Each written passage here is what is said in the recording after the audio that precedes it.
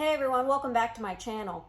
Today I am going to talk about how to efficiently read a technical paper.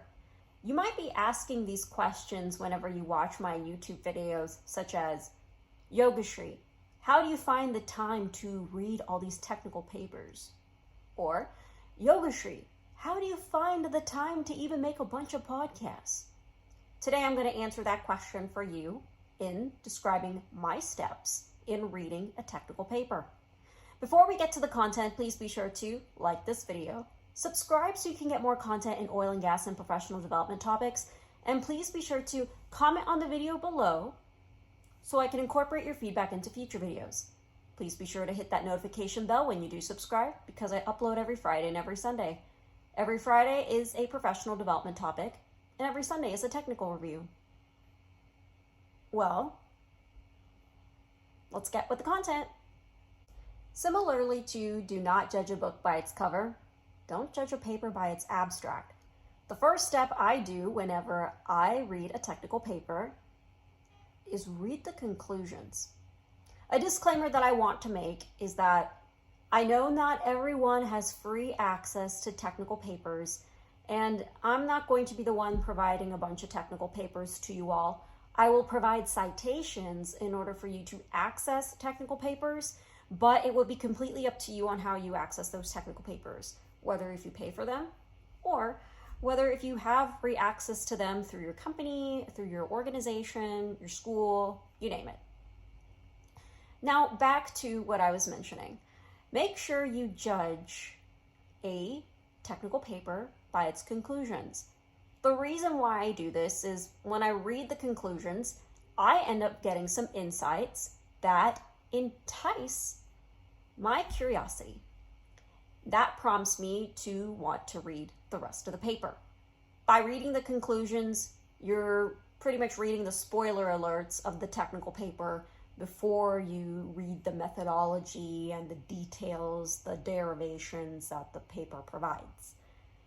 Reading the conclusions is an efficient way to read a technical paper because you already know what the ending is going to be, and it makes you judge whether if the ending is something that you like or something that you don't like.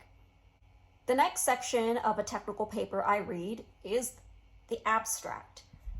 As I mentioned before, you cannot judge a paper by its abstract, but when reading the conclusions, and if I like the conclusions, then I read the short version of the paper, which is the objectives, you have your methodology, your results, and if there's any novel or added information.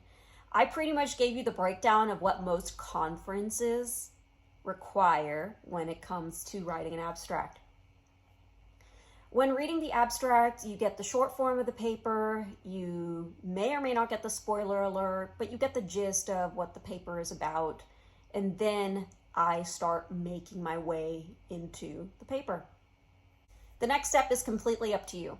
If it's a topic that you are very familiar with, I skip the introduction and background and I go straight to the methodology.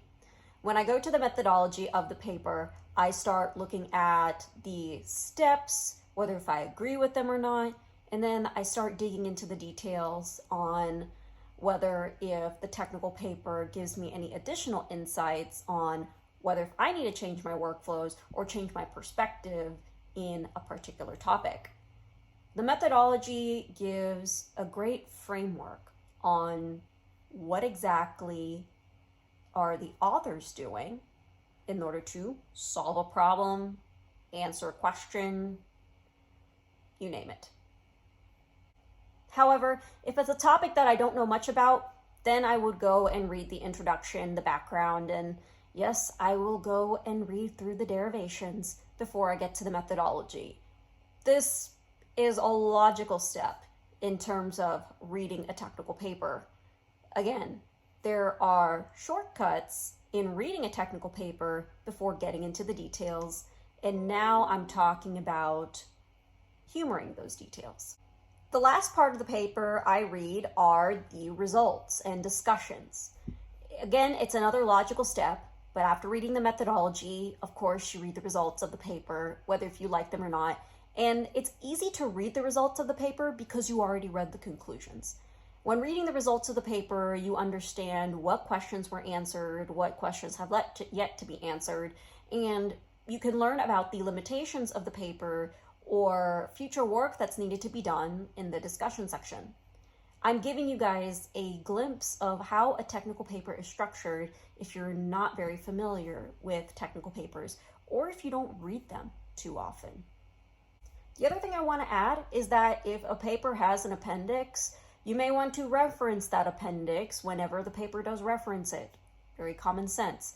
I tend to read the appendix last because I want to get the gist of the paper before I really want to get into the weeds or go into a rabbit hole, which tends to happen with me whenever I do read technical papers. But I enjoy reading all components of a technical paper, and there's a lot of work that's been put whenever an appendix is compiled. So I want to appreciate that work, and I do review the appendix whenever I need additional clarification or more context on a topic.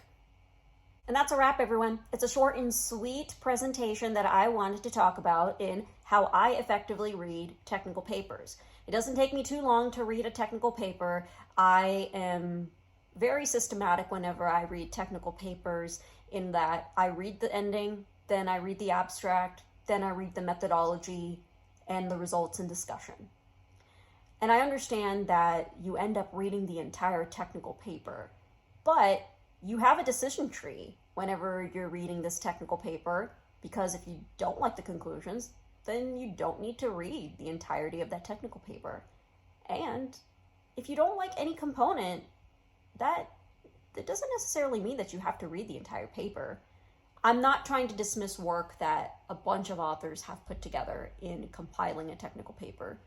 Research, review, and other input from industry experts is included when it comes to a technical paper. And I've been in that process myself. I haven't been in the peer-reviewed versions of those, but peer-reviewed versions can take up to a year with edits and input from multiple industry experts. So please appreciate the nuggets that you get out of a technical paper. As usual, please be sure to like this video, subscribe so you can get more content in oil and gas and professional development topics, and please be sure to comment on the video below so I can incorporate your feedback into future videos. Thanks so much for taking the time to watch this video, and I'll see you in the next one.